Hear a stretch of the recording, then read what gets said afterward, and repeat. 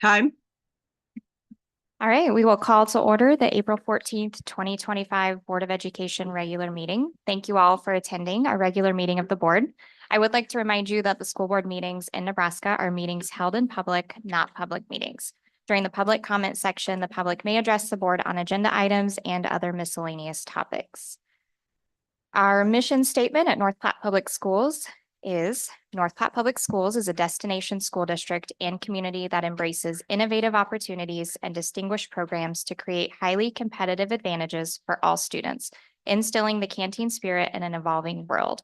The canteen spirit embodies generosity, selflessness, and unwavering support through service, pride, collaboration, and grit. At this time, I would call for roll call. Skip Altick. Present. Angela Blasey. Present. Justin Thompson. Present. Joanne Lynn Green. Emily Garrick. Present. Cindy O'Connor. Present. All right. The Nebraska Open Meetings Act legislates the methods by which public meetings are conducted. Information pertaining to this act is posted here in the boardroom for anybody who is curious. At this time, I would entertain a motion to approve the publication of the April 14th, 2025 regular meeting of the Board of Education. I will make a motion to approve the publication for the April 14th, 2025 regular meeting of the Board of Education. Second. All right, notices of this Board of Education meetings and hearings are placed in the North Platte Telegraph and the North Platte Bulletin. The agenda is available online at our website 4 days prior to each regular meeting of the North Platte Board of Education. Sheila, can we call to vote? Angela Blasey. Aye. Justin Thompson. Aye. Joanne Lynn Green. Aye. Emily Garrick. Aye. Cindy O'Connor. Aye. Skip Altick. Aye. At this time, I would entertain a motion to approve the agenda for the April 14th, 2025 regular meeting of the Board of Education. I move to approve the agenda for the April 14th, 2025 regular meeting of the Board of Education. Second. Roll call, Sheila. Justin Thompson. Aye. Joanne Lynn Green. Emily Garrick. Aye. Cindy O'Connor. Aye. Skip Altick. Aye. Angela Blasey. Aye. Motion passes. Please rise and join us for the Pledge of Allegiance. I pledge allegiance to the flag of the United States of America and to the republic for which it stands, one nation, under God, indivisible, with liberty and justice for all.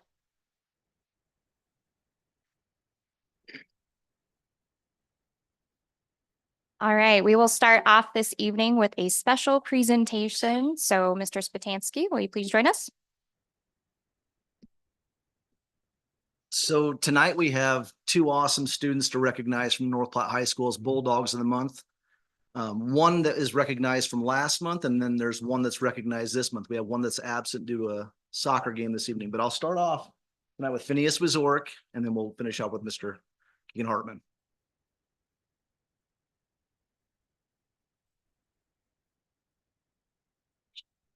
Hello, my name is Phineas Wizork. I'm 17. I am a senior here at North Platte High School, and I was chosen for the March Bulldog of the Month. And so I'm going to introduce my parents in the audience. Their names are Carrie and Eric Wizork. They run a construction business here at North Platte named Kingdom Customs Flooring and Construction LLC.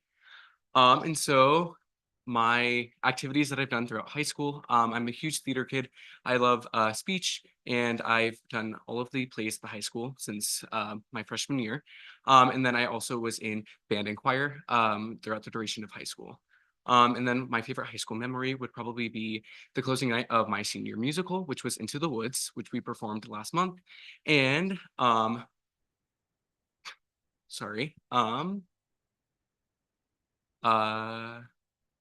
yeah, it was like one of my favorite experiences, and I think it was a great show to be in.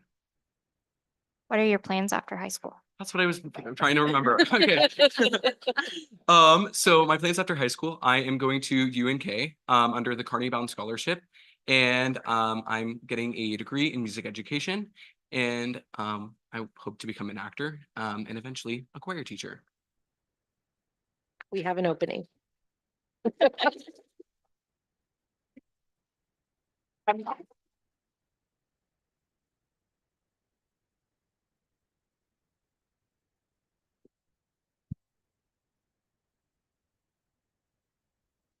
My name is Keegan Hartman, and I would like to give a special thanks to my mom and dad in the crowd. Jeremy Hartman and Tamina Hartman. And yeah, so I have participated in both track and cross country for the all 4 years of my high school career, I should say. And I have also participated in concert band and marching band all 4 years. And this year I got the joy of doing jazz band. So as an added bonus, my freshman and sophomore year, I got to do Skills USA. And my sophomore year, I was the treasurer of our chapter. And sophomore and junior year, I competed in extemporaneous speaking and speech. One of my favorite high school memories is my freshman year running Potter's Pasture with Coach McGuire. That is a memory that I will never forget. And my plans after high school is to attend UNL on the 4-year NROTC scholarship Marine option. That way I can get my 4-year degree in physics and eventually commission as an officer in the United States Marine Corps. Awesome. Thank you guys for sharing.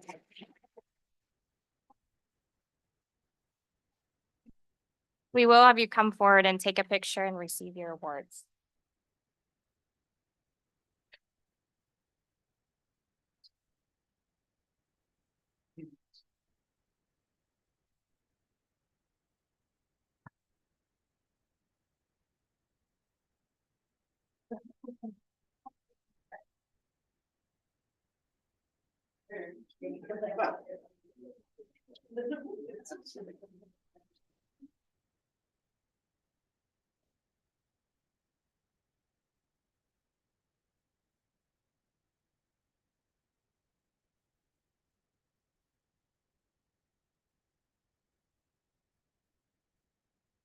Thanks.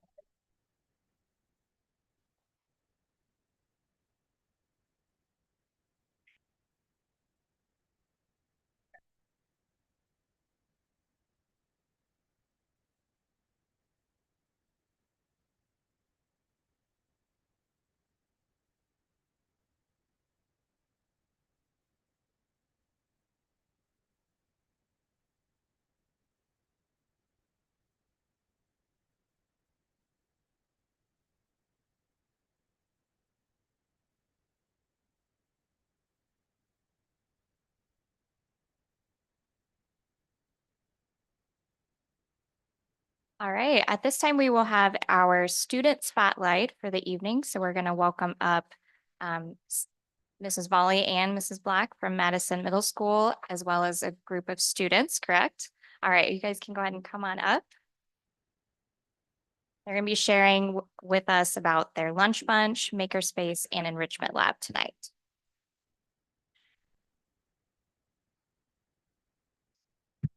Just here to introduce really quick. We have Mrs. Black, who has been doing some fabulous things with our library. She's our media specialist. And so we brought a few students that I'm going to let her introduce, and we're going to tell you about all the exciting things that we've got going on at Madison. So thank you for having us here tonight. Hi, I am Amy Black. I am the library media specialist at Madison Middle School. And we are going to talk about some student-centered activities that we have been doing in the library during the school day throughout the school year. Tonight I have Hennessy, Caroline, and Clifford with me.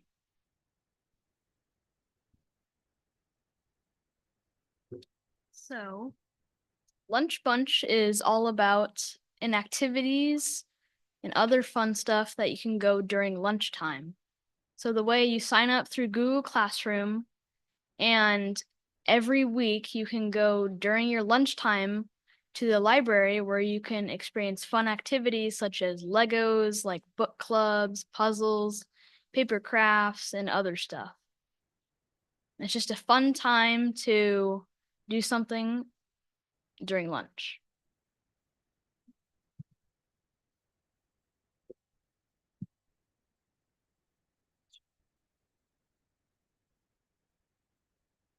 Makerspace is in the library. It's held during class, and you get to go to Makerspace if you did really good on a test and got a good grade, or if you're doing really good in class.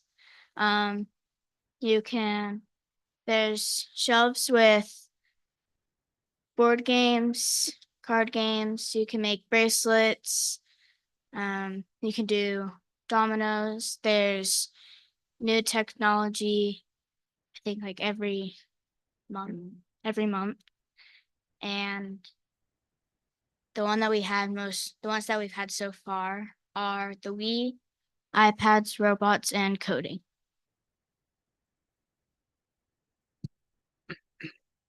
So enrichment is for people who also do good in class. It's held during mostly like IE, and it spans across all 4 of the subjects. So you just go during IE and you do these activities during class and stuff. Mostly for on the subject that we're doing during class. Like for math, we were doing ordinance and plots. So for the enrichment, we did like plotting cities and stuff. We made our own little cities. It was pretty fun. For science, we were learning about the rock cycle. We were making different rocks with starbursts. It was pretty fun.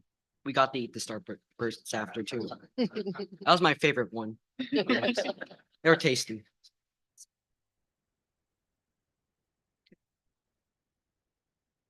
Do you have any questions for us? How many students take advantage of that lunch one you have? The lunch one, it depends on what it is, but range from probably about 5 a lunch period to about 15 a lunch period. And how many lunch periods? And we have 3 lunch periods. Okay. So there are some of the lunch bunches, I could have up to 45 kids in the 3 lunch bunch times. So it kind Great. of varies, Great. but it gives them a lot of a variety of choices that they can come in to do. So I have 2 questions. One is, do you feel like this has helped you to make new friends at all? Have you met new people through doing any of these activities? I think yes, because you never know who's going to sign up with you. And you're doing these fun activities as a team, and it builds like team building, and like you can meet new people and make new connections.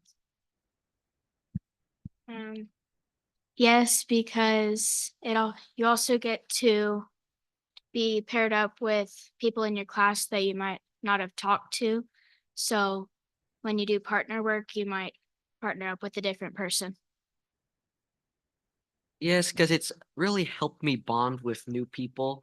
And I've made a lot of new friends this year, mostly because of enrichment and makerspace and stuff like that. Okay, so my second question is, has it given you any new ideas for something you might want to go to college for or to do after you graduate high school? Yes, because some things that we do during like lunch bunch or stuff like that, we learn about like new things like STEAM, and we learn like these like new topics that are really interesting and like we could like do in our future life.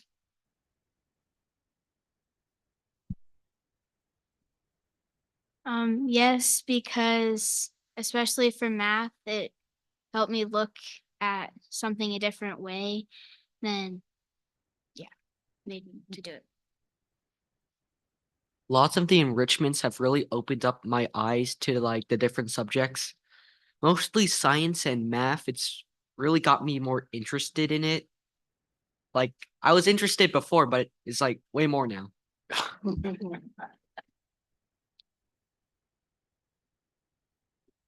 I think that's a great question, because I remember being your age and learning things in math and thinking, when am I ever going to use this? Right? Have you ever had that thought? So I love when you have opportunities like this where you can put those skills to use and actually see that math might be fun sometimes, and there's something that you could do with that. So that's really great to hear. I was curious about the lunch bunch. So when you sign up for that, are you just signing up for like one day, or is it like a week? Because I imagine some of those activities probably take longer than one lunch period, correct? So most of the time you sign up during Google Classroom and it's like weekly. So it's either Monday or Friday. And you go you go for like a few weeks and like you kind of build off what you did last time. So it's a long time. Awesome. Any other questions for them? They have all the answers, so I feel like we can just keep asking. Yes, you guys did a great job. Thank you. Thank you for sharing. Thank you. You're welcome.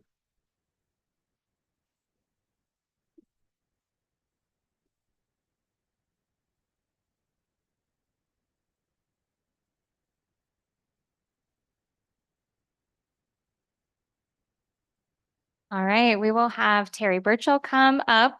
Always a hard act to follow, Terry, but we will have our foundation report and staff recognitions. That is always a hard act to follow. Well, good evening. Thanks again for having me this month. Make sure you're following the foundation on our social media pages as we follow the journey of the piano that has left the high school and is going to get refurbished in Kearney. So we did send one of our bulldogs with it, and it already has, I got a picture today, it has a security guard, so be watching to find out what that security guard is along the way. So we're very grateful for Dancing with the Local Stars. It did generate a lot of funds, and they keep growing. We keep getting donations, which is exciting to see, and connecting with more alumni.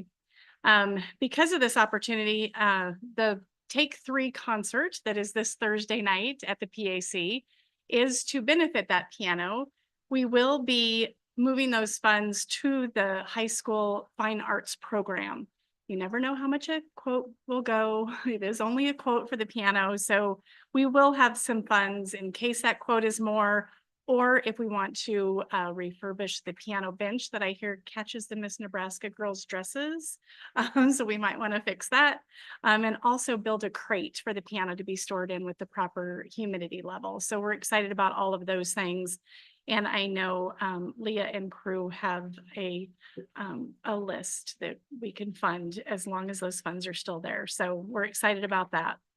In scholarship news, the foundation will be awarding 25 scholarships with over $25,000 to the 2025 graduating class. So we're in the process of looking at that online this year for the first time. So there's a little bit of bumps along the way, but we're getting there.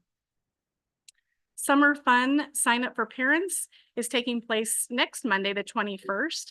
The foundation and Mid-Plains Community College partnered again to have space at the rec center from 3:30 to 6:30 for any organization, including the district this year, to offer summer programming for students. And they can come and learn a little bit more about what their student could be taking over the summer. Like enrichment classes open to all. So the district is going to be offering some. We had about 6 teachers sign up and submit some summer fun classes. So the foundation will be providing a stipend to those teachers through our homework club fund.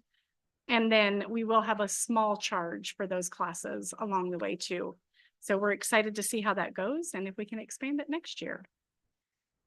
Just for your calendars, Super Suds Car Wash has partnered up with us for all elementary schools, April 27th through May 3rd.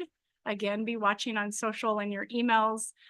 Each day we'll have a different elementary school. They are now open on Sundays. So we're actually going to kick it off on Sunday, the 27th, and a different elementary school will benefit from that. They'll be giving 10% of the proceeds. Even if you have a membership with them, they will give a portion, that 10% to the schools too. So we're excited for that new partnership. And then save the date for July 25th for Evening of Excellence. Diamonds and Disco Glam will be the theme this year. Of course, that's our biggest fundraiser. It's all about celebrating the community and donors and alumni. This year we have 3 female distinguished alumni, Judge Angie Schneider from the class of 87 from New Mexico, Dr. Melissa Polinick, Missy Thompson, for some of you who may remember her from the class of 1988. And she's at DC West in the Omaha area, and Judge Barbara Hauser from the class of 72, and she is currently in Colorado and sometimes in Texas. So tickets will go on sale next month, so we're looking forward to seeing you at that event. And of course, our favorite part of the evening is here. The foundation's excited to showcase the district employees. On that note, be watching. All of the district employees that were nominated for Employee of the Month this year will go towards Employee or Teacher Staff of the Year awards. We will be taking community nominations like we did last year, along with internal nominations to just kind of solidify as to why they should be named Teacher of the Year. So I hope you participate and watch for that and share that out as well. Tonight, we need to thank Prairie Friends and Flowers Nebraska Land Bank, who partnered with us to sponsor these wonderful McDonald Elementary employees. So I would like to ask Principal Flanders to come forward to help me recognize these two. And I know we have Ms. Colburn here too. Go ahead, take it away. It's an honor and a privilege to get to announce 2 outstanding staff members at McDonald Elementary. We do something kind of unique at our building. We do colleague nominated staff members of the month each month. And so these were actually nominated by colleagues, but I'd love to read to you their nominations. So do you want them to come up as I read or? Yeah, please stand. I would like to begin with Diane Hind, our 5th grade teacher at McDonald. And her nomination reads, I would like to nominate Diane Hind for August Staff Member of the Month. Diane willingly moved grade levels this year to help support our school, staff, and students at McDonald Elementary. Diane makes a positive impact on the lives of our McDonald students, staff, and families daily with her smile, positive attitude, and welcoming personality.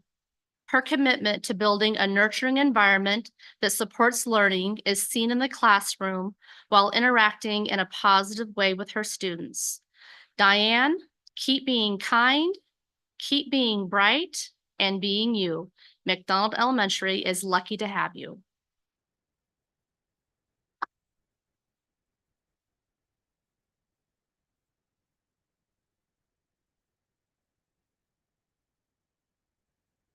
Next up is Cole Venzel. Cole is our nighttime custodian at McDonald.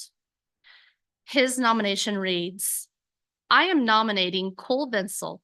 Dependability and being on time seem to be a lost art these days. Cole is never late, and to my knowledge, he has never called in sick. Cleaning a school and having to listen to me tell him what he missed is not easy. But with a smile and an okay, he tackles his cleaning chores. I have gone through 8 custodians since I have been the lead, and I feel very lucky and blessed to have Cole working nights and cleaning our school.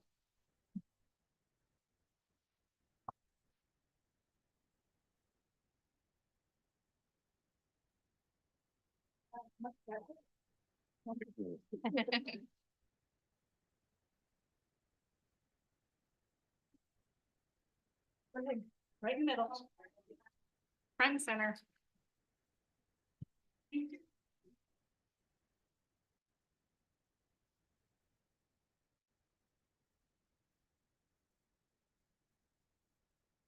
Perfect. All right, thank you.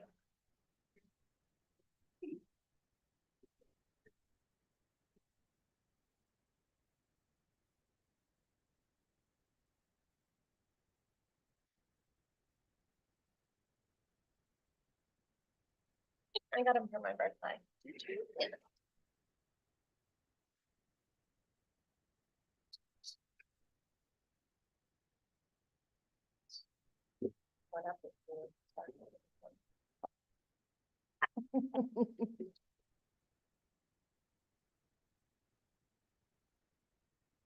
All right, at this time, we will go into the public comment portion of tonight's meeting.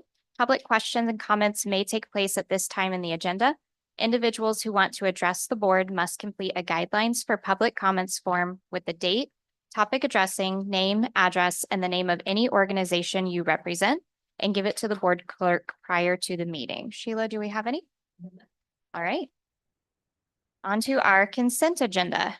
A consent agenda, also known by Robert's Rules of Order as a consent calendar, groups routine meeting discussion points into a single agenda item. In so doing, the grouped items can be approved in one action rather than through the filing of multiple motions. Documentation concerning these items has been provided to all board members and the public in advance to assure an extensive and thorough review. Items may be removed from the consent agenda at the request of any board member.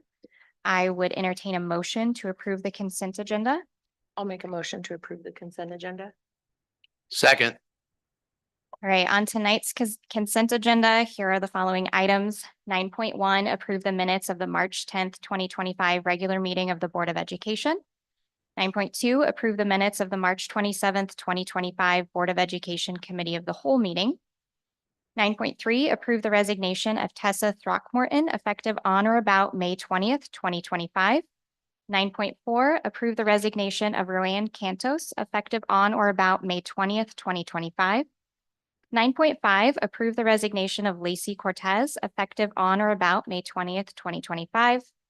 9.6, approve the resignation of Kim Ide effective on or about June 30th, 2025. 9.7, approve the resignation of Brad LaChapelle effective June 30th, 2025. 9.8, approve the resignation of Bobby Dare effective on or about May 20th, 2025. 9.9, approve the resignation of Kendra Burkholder effective on or about May 20th, 2025. 9.10, approve the resignation of Shelley Byrne effective on or about May 20th, 2025. 9.11, accept the resignation of Sarah Thomas effective on or about May 20th, 2025. 9.12, approve the teaching contract of Cheyenne Waltmath effective for the 2025-2026 school year. 9.13, approve the teaching contract of Mackenzie Weissman effective for the 2025-2026 school year. 9.14, approve the teaching contract of Andrew Younghans effective for the 2025-2026 school year. 9.15, approve the teaching contract for Rebecca Holland effective for the 2025-2026 school year. 9.16, approve the teaching contract of Terry Johansson effective for the 2025-2026 school year. 9.17, approve the teaching contract of Josh Hall effective for the 2025-2026 school year. 9.18, approve the teaching contract for Elizabeth Gensel effective for the 2025-2026 school year. Excuse me. 9.19, approval of financial claims and reports, which this month were reviewed by Skip Altig and Justin Thompson. Is there anything to add to that? Any questions or discussion? No, Stuart did very well in answering the questions on Friday. All right, I would call that to a vote. Joanne Green. Aye. Emily Garrett. Aye. Cindy O'Connor. Aye. Skip Altig. Aye. Angela Lacey. Aye. Aye. All right, consent agenda approved. Okay, on to our reports and discussion items. The first one here tonight is our monthly financial and budget report. So I will turn this over to Stuart for a bit of an update here. Okay, I'm good. Sure. Okay. Oops, it didn't go to the right one in here. Thought I had it. There we go.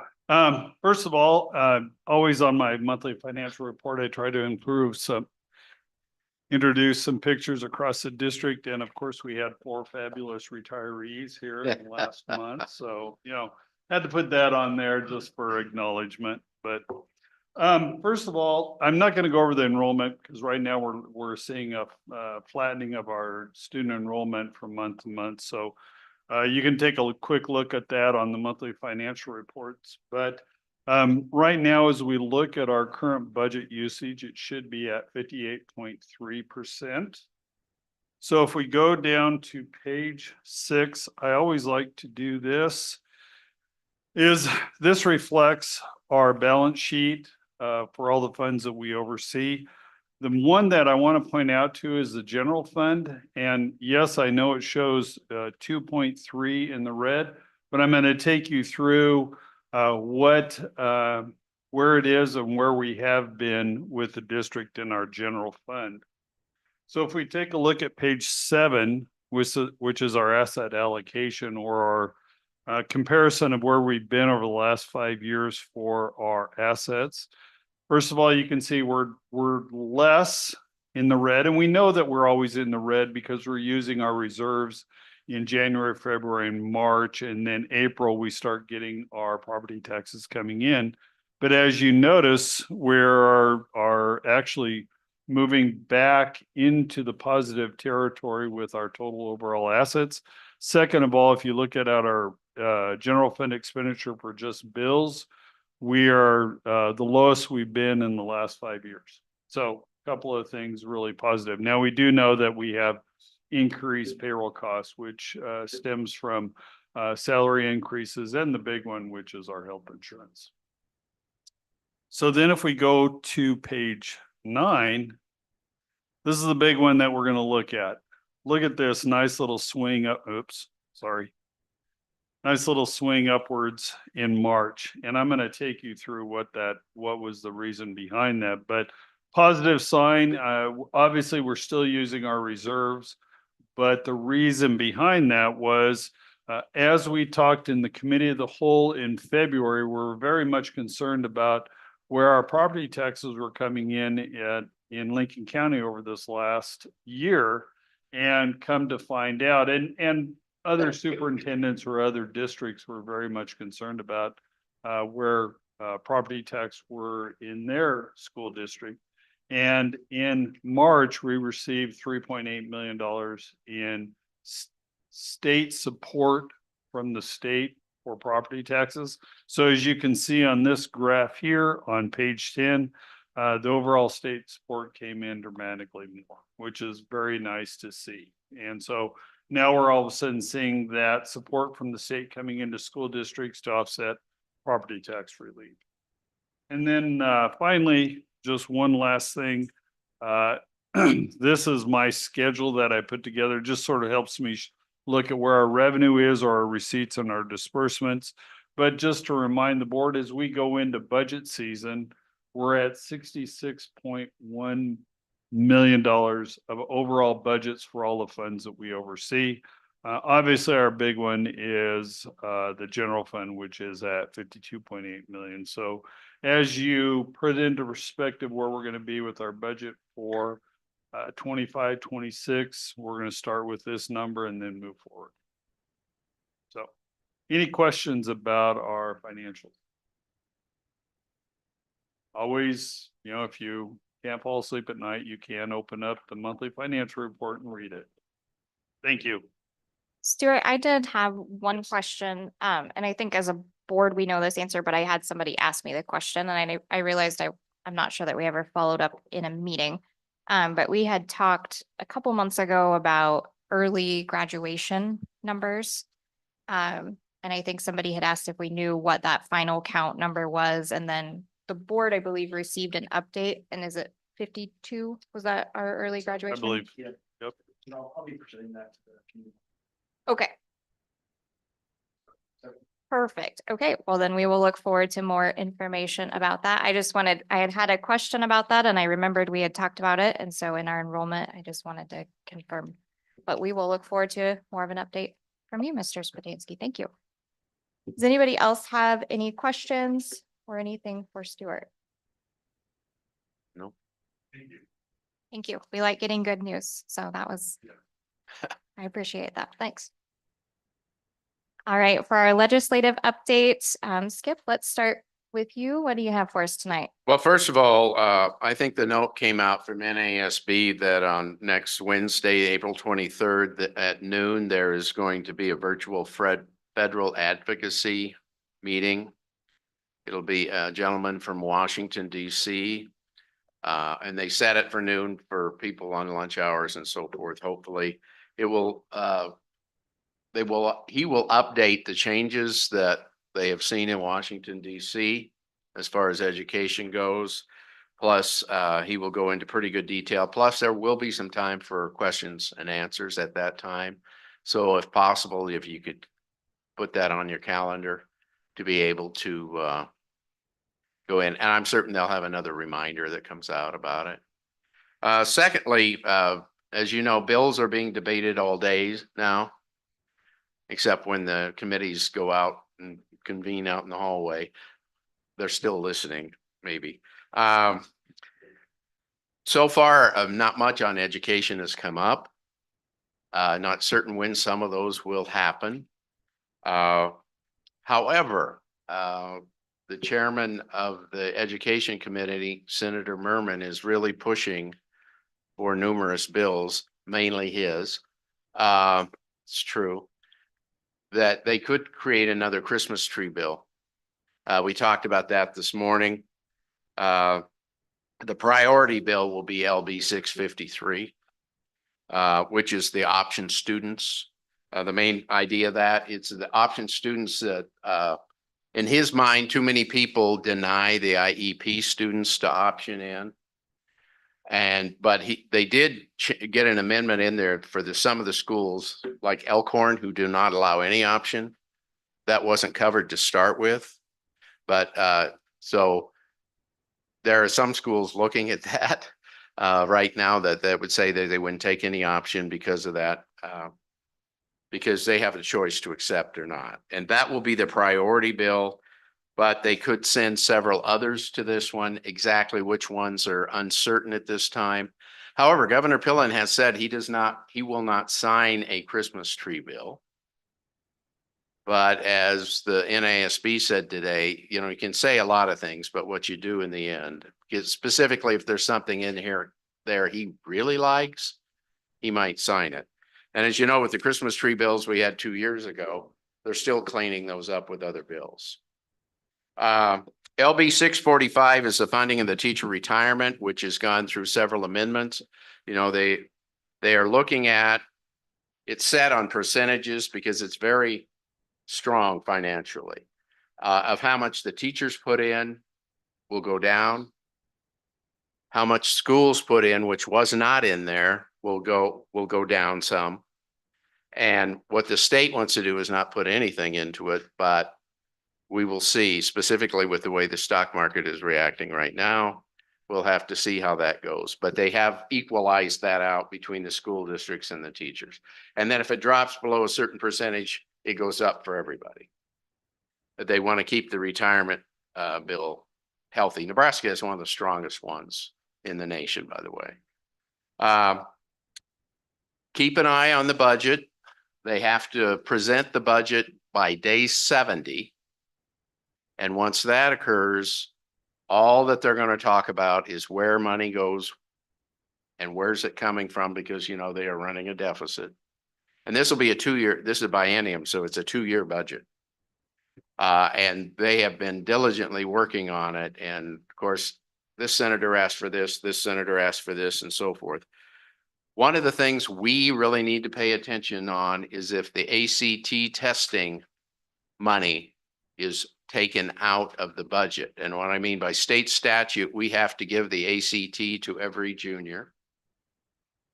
Governor Pillen would like to pull that money out and drop it on the districts to do. And if that becomes then another unfunded mandate, and the cost to every district, look at OPS, you look at us, any other school, that could be very much a problem, considering you didn't budget for it. So we need to keep an eye on that.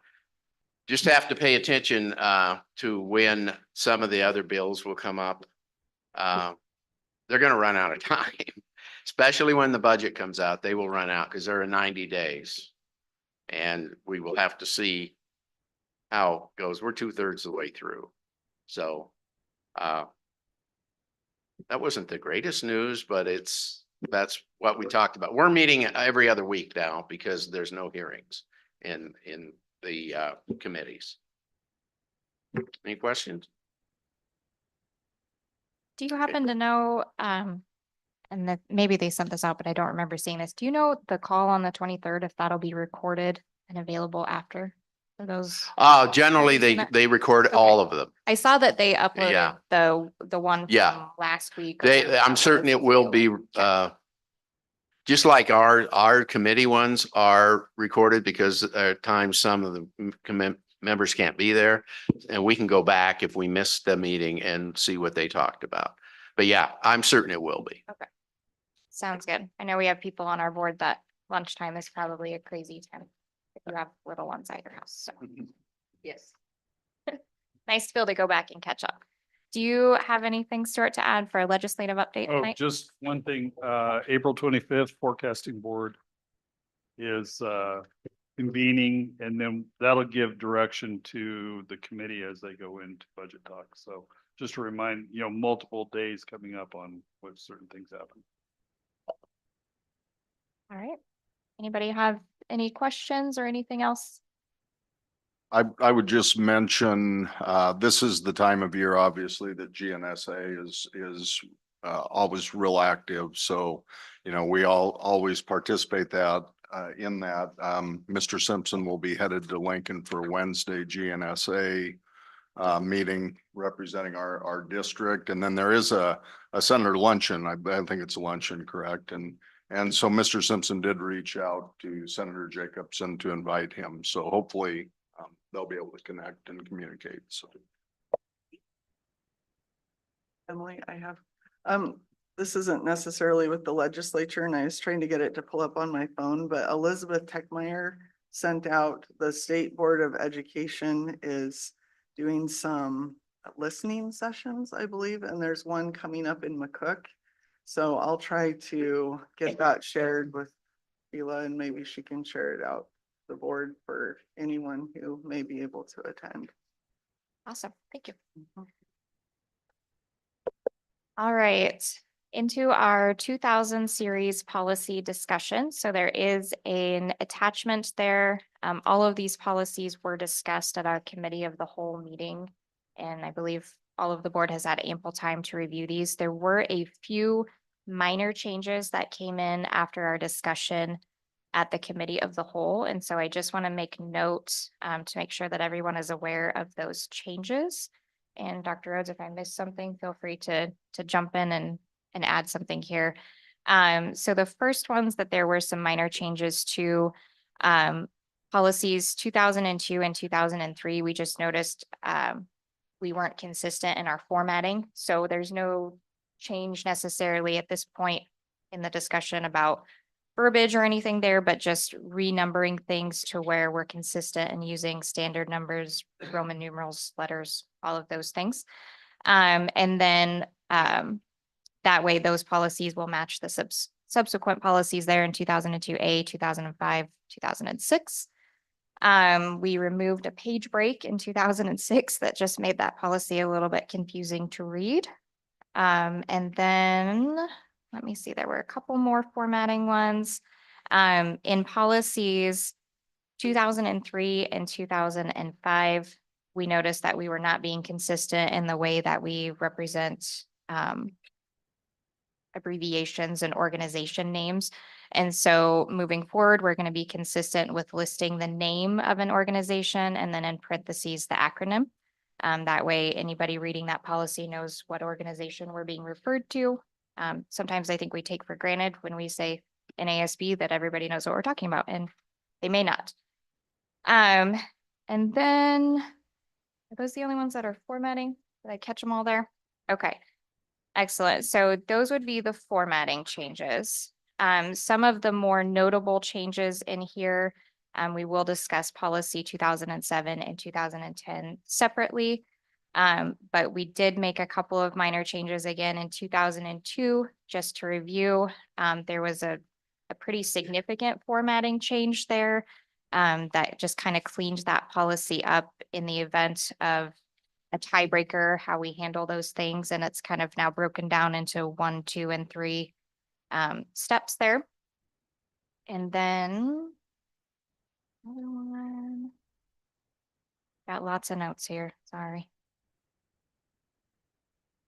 That might be it, other than those other two. Did you have any other changes to mention or that you wanted to bring? Right there. So we, again, as, President Garrick said, we do have, 07 and 10 as discussion items. And then those are action items down below. But we do have, 2002 that was mentioned. We've got 2006 as well. If you remember, that is the complaint procedure. And I believe it was Justin who had caught, I think we used the word reduce to writing, and we changed that to provide writing. So that was probably significant enough that we needed to have that on as an action item. And I think you got all the other ones. So. Okay, that's the one I was missing. Thank you, 2006. So is there any discussion at this point about any of those? I think we've discussed pretty thoroughly at this point, but I want to make sure we present the opportunity there. And thank you, Joanne. She brought up several of those formatting changes. And so I think that that really will just clean things up for ease of use and reading in our policies. I think that'll be great. Okay, policy 2007. We just wanted to have a specific discussion on this. At the time that we discussed this policy at committee of the whole, we originally thought we did not need to change any wording in the policy. And then as we reviewed it further, it was kind of contradictory in itself. And so if you look under paragraph 2 there, it does start by saying that the board gives prior approval for board members to attend meetings, that the board president essentially approves those, or the superintendent or someone else in the absence of president. However, it then mentioned that we could move forward basically without any action. And now, for state statute, we do actually have to vote on reimbursement to board members outside of the consent agenda as a separate action item, which we will get to do here in just a few moments. And so we did feel the need to clarify that there. So if you'll look at that highlighted sentence, it now reads reimbursement for registration costs, tuition costs, fees, or charges. Travel expenses and costs of meals and lodging as permitted by law will require board approval. So that is the wording change that we're recommending there in policy 2007. And then an attachment there, in addition to that policy, you will see a draft form to accompany policy 2007, basically to create a streamlined process for board members to document and get approval to attend training. Again, my intent in this is just really making sure that we're following our policy that we have, but also to kind of organize this process, not necessarily to be saying no to anybody going to anything, but just making sure that we're not missing a reimbursement, that we're not missing an opportunity potentially for board members to carpool somewhere together or different things like that. So I did want to open that up for discussion. I want to make sure that this form is going to function well for board members and not be a hindrance to receiving training. And I also want to make sure it's going to function well internally, just in our reimbursement process. So does anybody have questions, thoughts, concerns, comments? So one of the things that I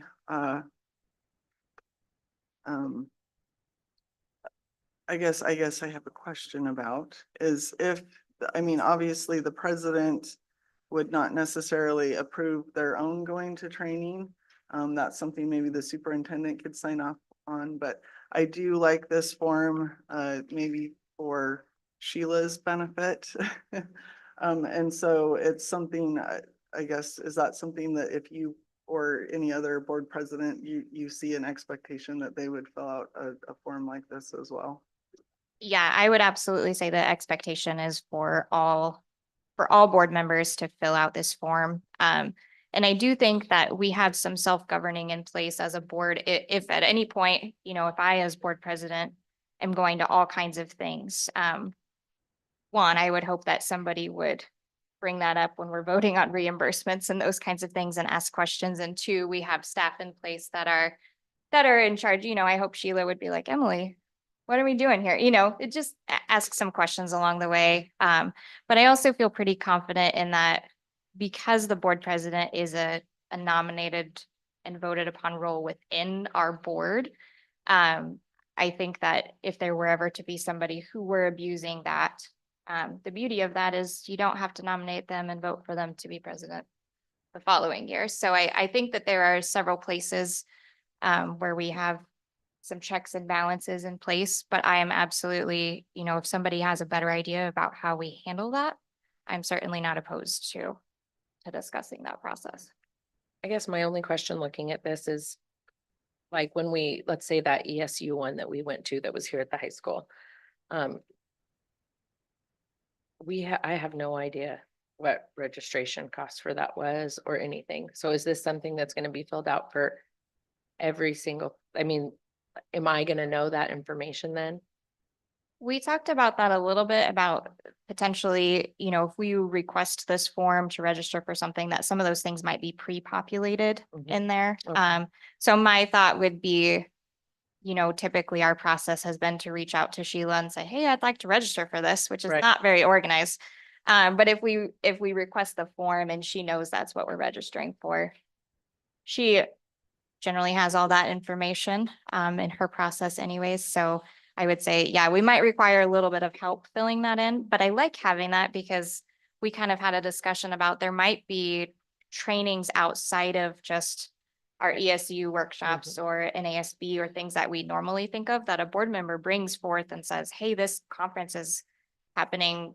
This would be really beneficial for this reason. And it might be something that they bring up. So yeah, that's a great question though, because same thing. And I honestly think this is great for us as board members to be aware of what those costs are. Yeah.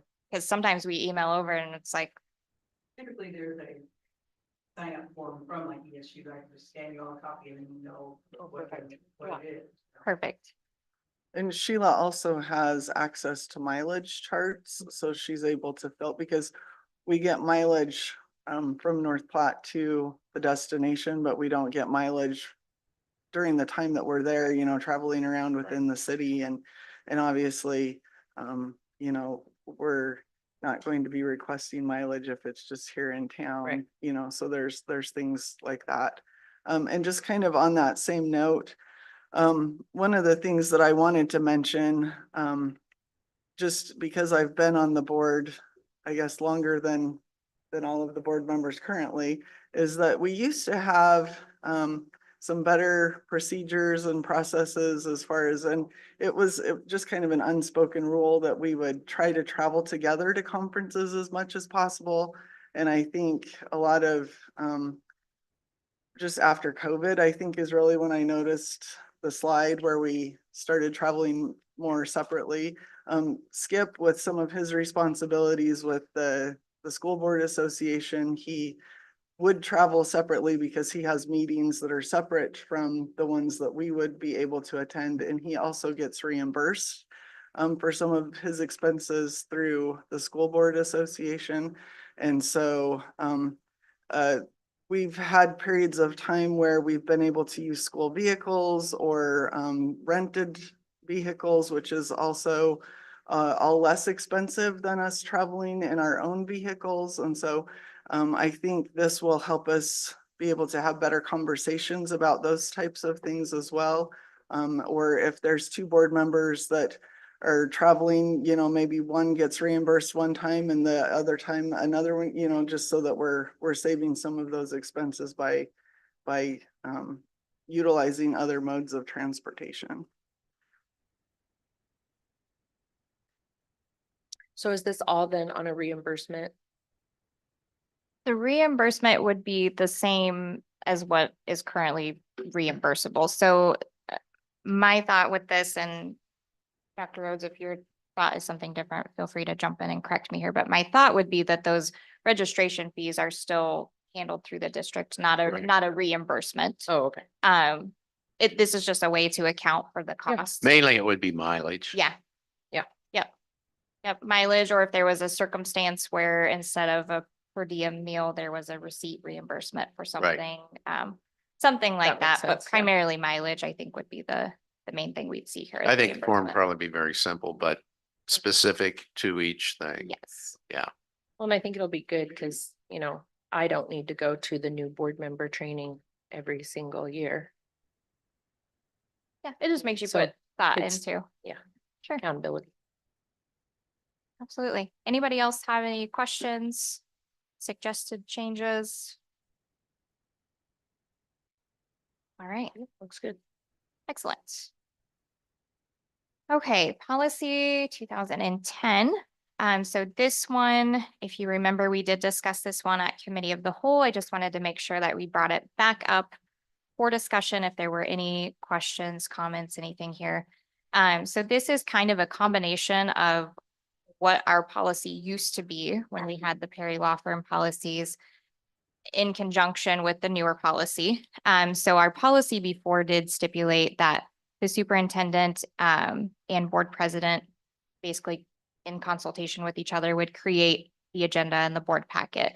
And then it jumped right into basically saying that the public doesn't have an entitlement to ask for things to be on the agenda, which I do think is good to clarify. But it kind of left out that board members can ask for something to be on the agenda. And we felt like that was maybe an important piece of the previous policy that kind of slipped through the cracks when this got changed over. And so that is added back in there, that any board member may submit agenda items to be placed on the agenda by the superintendent and the board president. However, within that, I think you always have to have the buck stops here person in case somebody were ever submitting lots of items to be added to the agenda. And so that final control of the agenda and the responsibility comes down to the board president to say, yes, we're adding that, or we're going to hold off a month on that, or no, that's not being added to the agenda. So that's where that clarification came from. It's kind of a combination of the two policies. I wanted to make sure if anybody had questions or comments on that, that we had a separate discussion on that policy.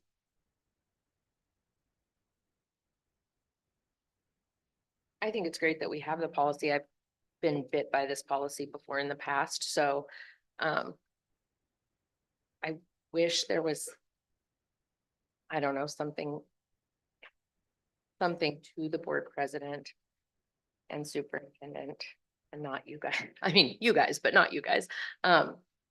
Stating that any board member may submit something, like you need to listen, not just shut it down.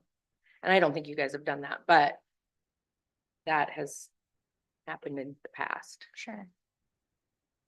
Yeah, I think this will maybe be to your concern. I think this would be something that as a board, as we're continually reviewing our policies, this is one we should definitely look back at. Is this working? Right. Do we need to, wordsmith a little bit more in there? Do we need more parameters, less parameters? Well, I think that you would have a discussion with whomever would do that.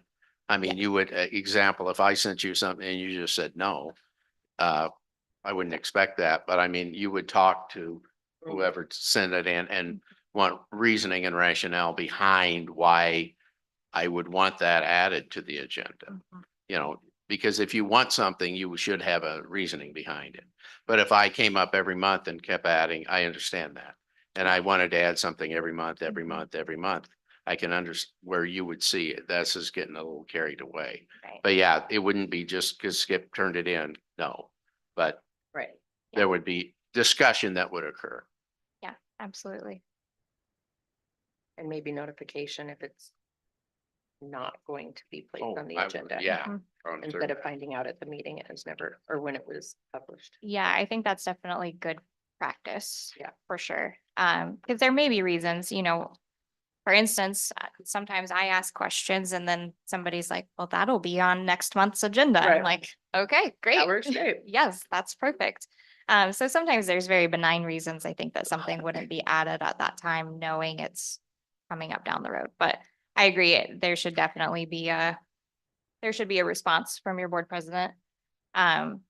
Do we all feel comfortable with the language as it's presented, or do we think that that needs to be amended to specify something more in there? I think it looks good. I think it's fine, right? Because I don't see that we have that issue really. So, Yeah, and I'll just, because of what I said, I appreciate that every time I have a question, you reply back to me. So I'm like, it is not a current issue at all. Okay. All right, excellent. If there's nothing more on that one, then we will go ahead and move on to our next discussion item. Again, administrative compensation, we will see this as an action item here in just a little bit as well. But we felt like it was important to have a really separate and intentional discussion on this that will probably shape what the motion is here in a little bit when we do act on that. So there is an attachment here. We discussed this at the committee of the whole meeting. So there are some proposed salaries and percentages here that you can see in front of you in regards to administrative salaries compensation. Dr. Rhodes, would you like to share specifically, or maybe Stuart? Yeah, I think both of us can maybe communicate on this item. So I think the first thing, if you remember, one of the things that we had talked about at the committee of the whole, when you look at the administrative pool of funds, is that, remember, you negotiate with me in December, usually November, December, after my evaluation. So that salary's already set. And if you remember, we agreed, the board agreed, and I agreed that my salary would remain the same for the 25-26 school year. So no increase there. And then, of course, with Mr. Simpson's retirement and his years of service, our new finance director is coming in lower than where Mr. Simpson is currently at. So we've got a savings in those funds as well. And then some of our movements that are happening with our principals across the district. We have two of our elementary principals that through the consent agenda, you approved their resignations earlier. So the people that are moving into those roles, I've already negotiated with those people, and they're coming in lower than their predecessors in those roles. So what that allows us to do then, when you look at those 4% increases, and then you can see the total dollar amount. I think the thing you have to keep in mind is that that when you see, for instance, the 1%, and you're seeing that the dollar increase is 33,542, that doesn't mean that if that's what the board wishes to do and approves, it doesn't mean that that 33,000 is the only dollars that we're going to utilize for increases, because we've got cost savings with other people in that advance rate, right? So if you remember last year, I believe what was approved was a 2.78%. Does that sound right, Stuart? And the dollar amount for that from 23-24 to 24-25 was about 98,000. That includes increases in FICA and healthcare as well. That's total compensation, which is on this document as well. So I think our certificated non-supervisory staff, our teachers, it's an increase of about 770,000 from this school year to next through their negotiation process with the board. And then we also looked at our para schedule as well. You help me out, Stuart, 100,000. So again, I think I think you can definitely see that I think we're treating our people really, really well. And but administrators, we are not asking for that type of percent increase like with our teaching staff or with some of our other employees. So having said that, I think Stuart has some array data that he can just share with you really quickly. If you remember, I think I did make the comment that it's always been pretty difficult for North Platte to get to that medium with administrators. Our teachers sit really, really well. They are definitely in the top third of our array. But from an administrative standpoint, that's just kind of where we've been. We're probably in the bottom third in terms of administrator pay. So I'll turn it over to Mr. Simpson now. I have printouts here, but I think I'll just display it on the screen and then you can walk it through that way because it makes it a little bit quicker and cleaner. So hang on a minute. As Mr. Simpson worked on this, as he's pulling that up, it's somewhat easier to find principal pay. But in terms of directors, it's really difficult because the jobs are so different. And some districts have molded these to be a hybrid position. So you're going to see like high school principal on here, and you're going to see middle school principal and elementary. So with that, I'll let Mr. Simpson talk about array information. As I put this together, I was looking at, first of all, quickly the positions that are up for review compared to, as Dr. Rhodes mentioned, our middle school principal and our assistant principal is already been hired and changed. So I didn't really put that into place. Also too, some positions, as Dr. Rhodes mentioned, are not in there.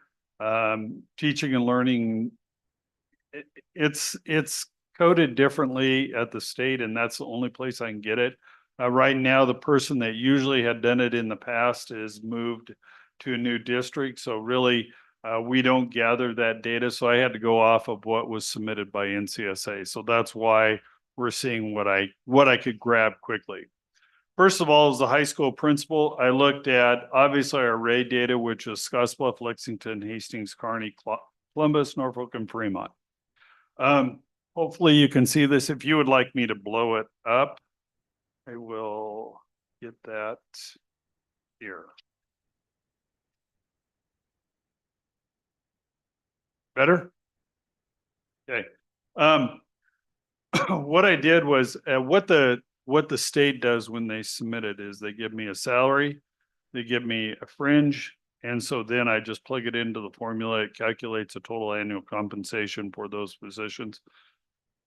Depending upon the position, I was able to include their degree, how many years they were in the administration in that district. And so then from there, I do a cost per pupil. It was a comparison just when we do the superintendent, we try to look at cost per pupil. This one just automatically takes it into account for the various positions. So what we do is look at mean, median, and then the midpoint. So similar to what we do with our teachers, so we can get an idea of where we are within the array data. We also include, we started to talk about, I want to say 4 or 5 years ago, South Sioux City, only because they were right in line with us, but they weren't in the metro area. And I've only thrown that in only for discussion purposes. So we could take the array data for high school principal of 179,000 compared to what our current high school principal is at 163. That's the first one. Our SPED director, when we start looking at that data, and it kept in line. Once again, I try to include the degree, years of experience for those positions. 191,000 for the midpoint of that position in comparison to our current salary of 166,000. Assistant high school principal. Now we get into, let me go one more and then we're going to get into two that are different. Looking at our activity director, this was a little bit harder, and I want to say I appreciate Janelle, since she's acting assistant activities director. She was able to help me identify some positions at other school districts, because when they report, they may report them as just an assistant principal. And so I really had to ask her, okay, who's the activities director at this school or at this school, so I can make sure I pull that data out so that you could get a good comparison, because we all know every district has one. So with that, I was able to pull out once again their degree, how many years they've been there, looking at the midpoint for that specific position in comparison to where North Platte is. So gives you an idea. So now what I wanted to talk about is the two other areas that I was able to pull out. But, once again, as we know, we have two assistant principals at North Platte High School. So obviously what I have to do is take an average of those positions. Similar to what I had to do with all the other schools, looking at how many assistants that they have at their high school, take an average of those and then project it out. So once again, when we take a look at the midpoint here, we're at 139,000 comparison to where we are with our current high school administration for assistant principals, 149. So and you have to realize for each of these positions, we take into account years of experience, degree level, as well as our base allocation if they're weighted for a high school compared to elementary. So depending upon that, ours could be, in this position a little bit higher than other districts. So then getting down to the elementary, that was, I'm going to say, a fun one. That gets you to do the spreadsheets really well. But, for example, in Kearney, I think they had, I want to say 7, 8 elementaries. And so I have to go through, pick out the elementaries, number one, and then make sure I have them identified. For example, I was telling Dr. Rhodes here, I was shocked at Scotts Bluff. They have some assistant principals at the elementary level compared to the principals. So I had to go through and really analyze, okay, what is this person position and where are they located? I just know Scotts Bluff because I lived there, but I knew the school buildings, but it was amazing to identify them. It could be equated to a dean of what we have, but it's not addressed at the state level. So I tried to pull out the appropriate buildings and the elementary principal, number one. Number two is then take an average. So once again, as you look at our elementary principals, the average of this tier is 149,000 compared to our average in North Platte at 135.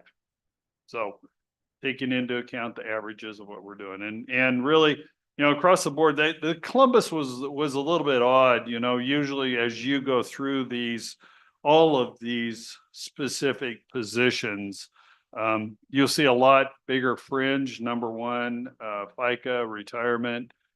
For some reason at the state level, and I didn't, question it at this point in time and at this late a date, but their fringe seemed a lot less compared to, as you can look at for elementary principals, where they stand. So, that number could increase at Columbus significantly if they didn't include Blue Cross Blue Shield, and I know FICA and retirement are a lot less, but this was just taking it right off the screen and putting it into there. Is there anything on middle school administration? Or are they No. included in one of these other groups? No, middle school I didn't do because at Adams we had included, and at that point in time, I was trying to get all the other ones done. Okay. And I felt, I know Robbins is a middle school, but I was like, okay, well, I'm gonna let that one lie right now at this point in time. Thank you.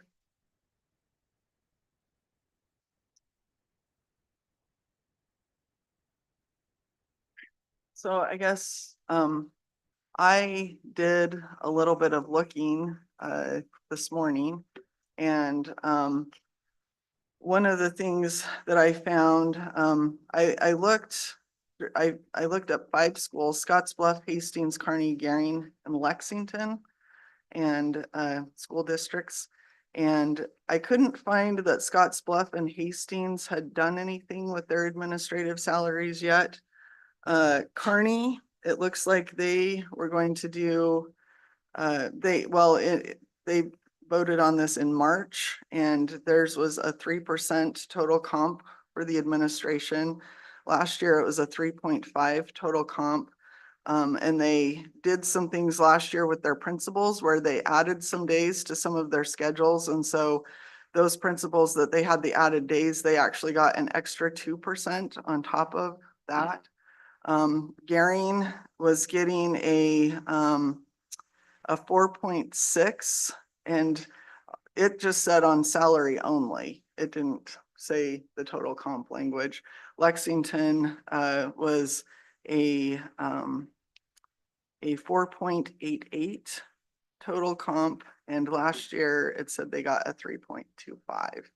So the reason I mention that is because I really appreciate that we are trying to be fiscally responsible, and it looks like, you know, for the most part, we're keeping up with the schools in our array, but I really want to make sure that we don't get to a point where we're behind. And because I think that can lead to problems for us as well, especially if we have some younger administrators that are really just superstars, and, you know, we want to make sure that we keep them. Even some of our more experienced administrators who are also superstars, I feel like we have a lot of really good people working for us right now. And so my concern is just that we make sure that we're compensating them appropriately so that we can hang on to them, because we really don't want to lose the momentum that we've been gaining. I agree with Joanne on that. I was not able to be at the committee of the whole, but two things. One, I appreciate Emily calling me and talking to me about the changes that were in the 2000 series. And then also I met last week when Dr. Rose was back and went through what you guys saw in the executive session. And he brought me up to date on the things that we were doing and so forth. And having negotiated a lot in my career, both as a teacher and a board member, you know, you look at that middle, and the closer you can be to the middle, the better off you are. Even higher than the middle is good. But when you get down to the bottom part, that's when you start having people, and going on what you're saying, Joanne, you get people that will not apply because they look at those things and they want to see where you are in your array. And if they say you're in the bottom third, then I'm not even going to apply for that school or this school, but I will to this one because it's at the midpoint or even higher. So I think the best we can do, I think, is what we should do. I am confused with this proposal that's on here, though. It doesn't, this isn't the same one we got last week, is it? Yeah, they're exactly the same numbers. The percentages are different, though. Do you want to maybe explain that? Yeah, 'Cause that is what looks So different on this one. Okay. on that spreadsheet that we shared at the committee of the whole, Yeah. the top percentage, what it represented, because I think it was at 1.52 and 2.5 maybe, or something in that degree. Because that's what I have That- stuck in my head. That is what that bottom number would do. That would give everybody a 2.5 increase that hasn't already settled. So you take me out, you take Dr. McDonald out. So that 2.5 represented, I mean, we don't do it this way. We don't just give a Well, it was that- percentage to right. everybody. But then when you looked at total package, then the total package is that lower percent. Okay, so now when we do this as an action item, we're only doing the 0.1, 0.4, 0.71. Whatever, whoever makes the motion. Right, yes. not the. Yeah. I'm glad not that the you, one, Yeah, I'm glad 5, you brought that up. 2. Yes. Okay. Because we did change that and I had Stuart change that because that really made that document confusing. That the percentage up above was a different than that Right. red percentage at the bottom. I am glad you brought that up, though, because I think that is an important consideration with Joanne's point that she brought up too, when we're comparing to increases that we see in other districts. Some of them probably are not accounting for where they have savings, Right. depending on how they're processing all of those numbers. And so I think in terms of comparison, let's say, for instance, looking at this, we went with that 1%. Knowing that that is really more of an equivalent of a 2.5% of raises to compare to these other districts that we're seeing a 3%. I think that's probably a more honest comparison district to district. Gotcha. The difference, the reason that we're seeing that is because, as Dr. has explained, we are having some cost savings in just how we're replacing staff. And so really the total increase on something like that 33,000, it might be more of an increase of 63,000, but Yes. because we have a savings of Right. 30, it's only a total lump sum increase, if that makes sense. Yeah.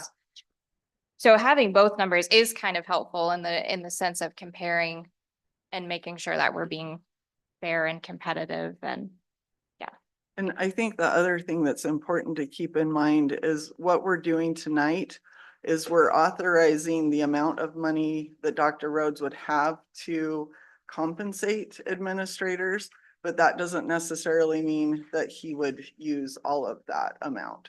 We're just saying that you can use up to this amount, but no more as Well, far and that's what as- he just said. It's not a Yep. flat raise. Yep. It's. Yeah. whatever So you for deem instance, what necessary. you approved a year ago, that 2.78, I think what actually that percentage came to for an increase was 2.3. So, and we're in the you know, I'm still in the process of supervising and appraising and evaluating. That's kind of the reason we do it this way. Is to do that whole package. And then as we go through that appraisal process, which again is, there's much more to it than there's ever been in terms of how we're evaluating our administrators across the district. They've got building site plans now that's a big discussion that we have with them. We put a PLC component into the evaluation because we want to make sure that North Platte PLC has fidelity with it. And we're doing that adult learning together on Wednesdays for the right reasons. And building principals are facilitating their buildings. So there's another added piece to that appraisal as well. So, and then of course we use the Nebraska principal and teacher frameworks in terms of our evaluation. So there's a lot to it. It's not a couple page document. A lot goes into that evaluation. I have a few thoughts that I would like to share, but before I do, because I have already spoken a little bit on this topic, we have a couple quiet individuals. Justin or Cindy, do you guys have questions or comments on any of this information or thoughts on administrative compensation? Ultimately, I know you're going to be close to it. Makes a lot of sense looking at the comparables. Seeing the time in district, it looks like ours were a little younger, which kind of makes it hard to say, hey, we're going to compensate a 3 year, that's 4 years. I like the way the time is scary. Comparables really make what would be probably a better decision, but I guess ultimately it's going to be kind of see how the motion goes. It makes sense. Anytime with a low bid point. Teachers are underpaid, we know that. I love the fact that we're compensating our teachers well, our administrators too. But I also know we're not getting tax receipts. We're not collecting the money, so we gotta be maybe just your spot here for the next couple of years. I don't know. I agree with with Justin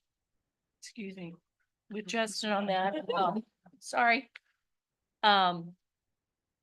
Because I think our principals are doing a good job, but I really think we've been so concerned about the cost of everything. And I'm with him. I'd like to think about this more, but I know that we need to get this done. After listening to Dr. Rhodes tonight, him stating that he might not use all of the money. So, and that he didn't last year. So I guess those are some things that I'm thinking about right now. So, but I appreciate what Justin said. Well, and Todd, I appreciate the way you evaluate. I appreciate that it's not, if you're an administrator, you're gonna get 2.5. It's going down this checklist that you have and you hold them accountable. And I love that, because if they are knocking that out of the park, then they deserve to be compensated for it. And so I appreciate that. And I trust you with whatever we vote with this money. So thank you.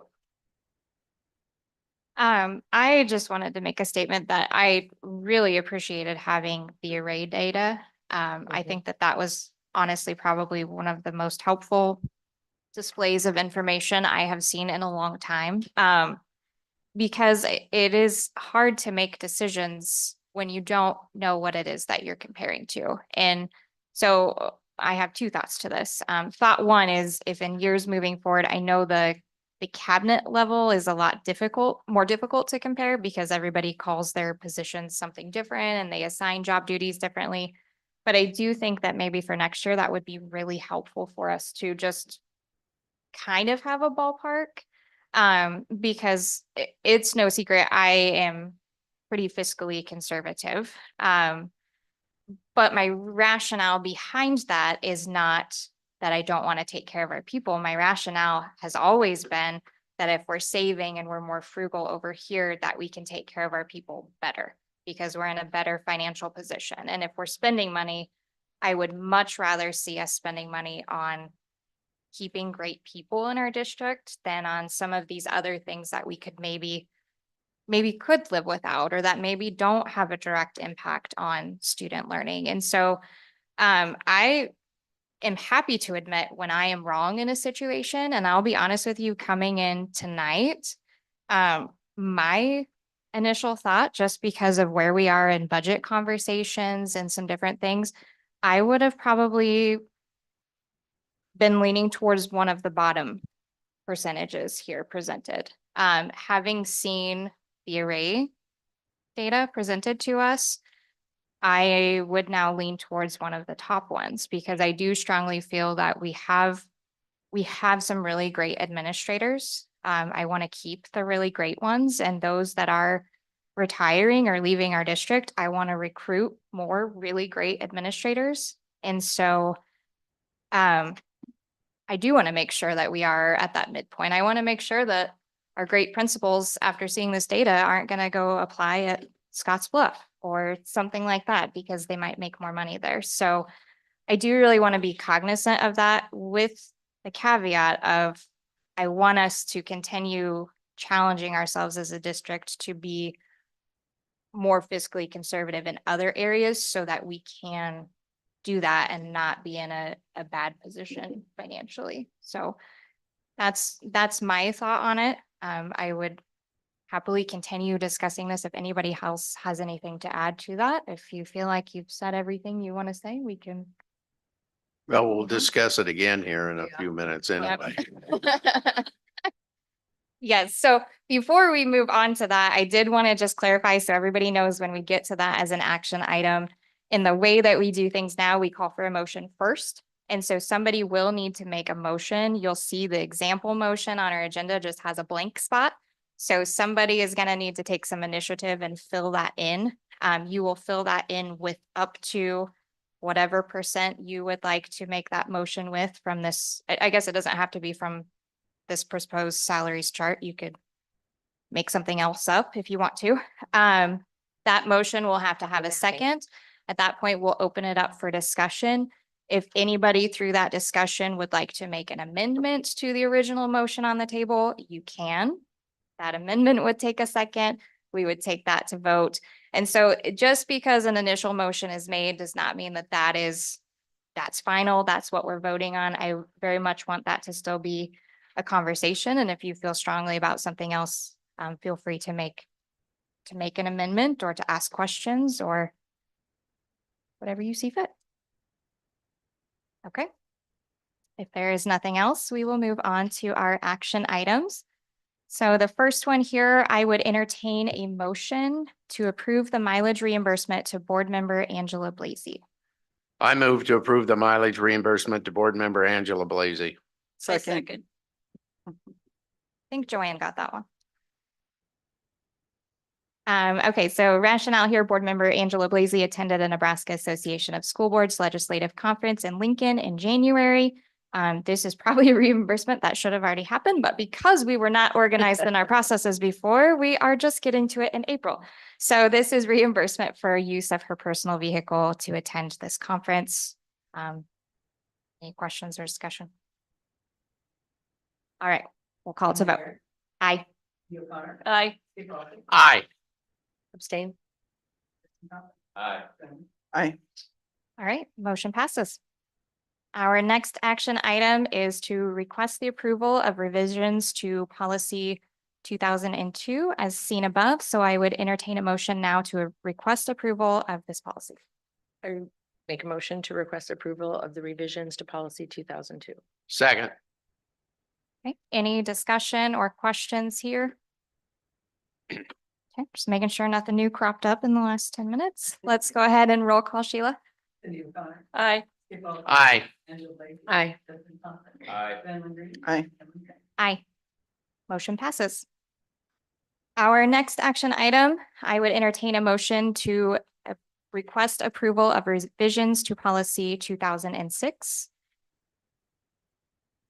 I'll make a motion to request approval to revisions of policy 2006. A second. Just as a review here, this is just changing one word in this policy, changing the word reduce to provide. Any questions or comments here? All right, roll call, Sheila. Skip Ballard, Aye. Aye. Aye. Ben Lindsay. Aye. Emily Garrett. Aye. Aye. All right, motion passes. Our next one, I would entertain a motion to request approval of revisions to policy 2010. I move to request approval of revisions to policy 2007. Yeah. Thank you. I skipped one. Thanks, Skip. Second. All right, and this one is just the added wording in here to clarify that it does require board approval to get reimbursements. Any discussion or questions here? All right, roll call. Angela Lacy. Aye. Thompson. Aye. Ben Lindsay. Aye. Emily Garrett. Aye. Cindy O'Connor. Aye. Skip Ballard. Aye. All right, now where I was at on our agenda, I would entertain a motion to request approval of revisions to policy 2010. I'll make a motion to request approval of revisions to policy 2010. I second. All right, and to clarify, this one is just reiterating here that board members may request that something be added to the agenda with final approval of that coming to the board president. Any further questions or comments, discussion here? All right, roll call, Sheila. Justin Thompson. Aye. Ben Lindsay. Aye. Emily Garrett. Aye. Cindy O'Connor. Aye. Skip Ballard. Aye. Aye. All right, motion passes. Now on to our administrative contracts. So at this time, I would entertain a motion to approve these contracts, filling in the amount that we would wish to not exceed. I make a motion to approve the administrative contracts for the 2005-2026 school year with a total compensation increase not to exceed 1%. The 1.0. 1.0. Okay. Second. All right, is there any further discussion? Yeah. Or questions here? I wanted to do that one because I do feel that, especially with the way it is, getting people to move to North Platte is hard. And so I think we need to be closer to that midpoint. And I think our discussion led to that. Yeah. And I think this does put us closer to midpoint. Probably doesn't put us there yet, but it gets closer, and as we can do that. And I think we're just showing that we support our administrators. And I agree with that. I mean, when I came in, I liked seeing the array and I liked listening to Dr. Rhodes, how he explained things, so. With the raise in the future, just to maybe the whole would sit down and have these conversations. I don't like it. It'd be like, oh. Yeah, that, Right. I think that was something Joanne had requested, and yeah, we'll include that. The finance director at Kearney used to put array data together for us. He just did it because it isn't like the teachers NSEA where you can grab that information. And so we'll probably just continue with Mr. Simpson's spreadsheets and just collect that information as much as we can. But I think what is so hard with it, and Mr. Simpson alluded to this when he spoke earlier, the fringe is just, I think there are districts that do not report the fringe correctly. Because some of those numbers, they just can't be right. They're just, some of them are significantly low. And we know in most cases, those administrators are getting some form of health insurance in a lot of cases. So, you know, we want it to be good data too, and to be the correct information. But yeah, we'll keep the spreadsheets that he's already created, and then we'll try and update those.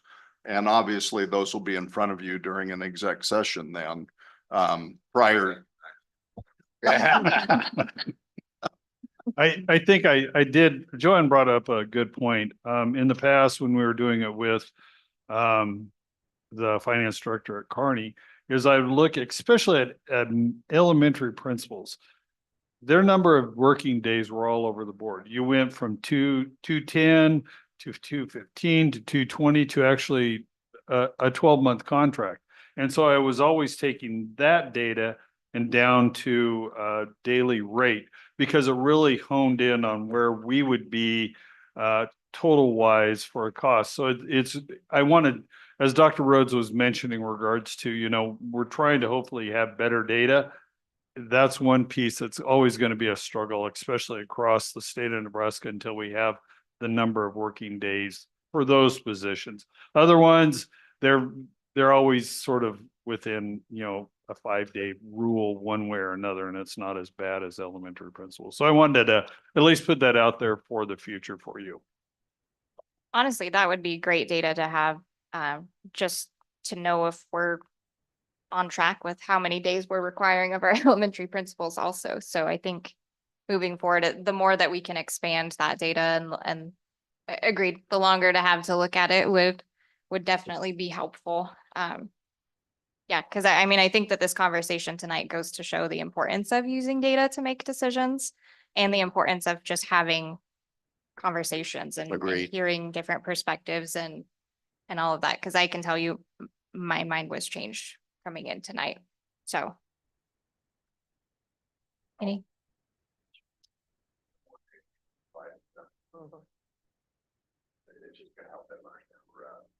Yeah, absolutely. All right, I will call that to question, Sheila. Bradley Green, Aye. Emma Garrett, Aye. Cindy O'Connor. Aye. Skip Austin, Aye. Linda Lee. Aye. Aye. All right, the motion passes for not to exceed 1% compensation increase on those. All right, looking ahead at our future board calendar, you'll see lots of great stuff on there. Cindy will be on the radio tomorrow morning, so make sure you tune in and listen to her compelling report on tonight's meeting. Yes, Podcast. there we go. Yeah. I'm advertising that because it was supposed to be me and Cindy and I traded. So everyone tune in tomorrow morning. There is one final budget and finance workshop coming up on Wednesday of this week, and that'll conclude NASB's budget and finance workshops for this year. Looking ahead, there is that webinar, as Skip had mentioned, on the federal advocacy update, April 23rd. If you can tune in at noon. Committee of the Whole on April 24th will be at Madison Middle School. Then we have claims coming up. In May will be Skip and Cindy. Of course, make sure you have commencement on your calendar. And if you have not already, let Dr. Rhodes know if you plan to attend. Please do that. That'll be May 11th at 2 o'clock. And then looking forward ahead, there are, of course, we will have a budget workshop coming up. There's a school law seminar, leadership workshops, area membership meeting, all kinds of great stuff. Any questions on any of that? Okay. I would entertain a motion to adjourn. I make a motion to adjourn. Second. Roll call. Garrett, Aye. Cindy O'Connor. Aye. Skip Austin. Aye. Aye. Aye. Bradley Green. Aye.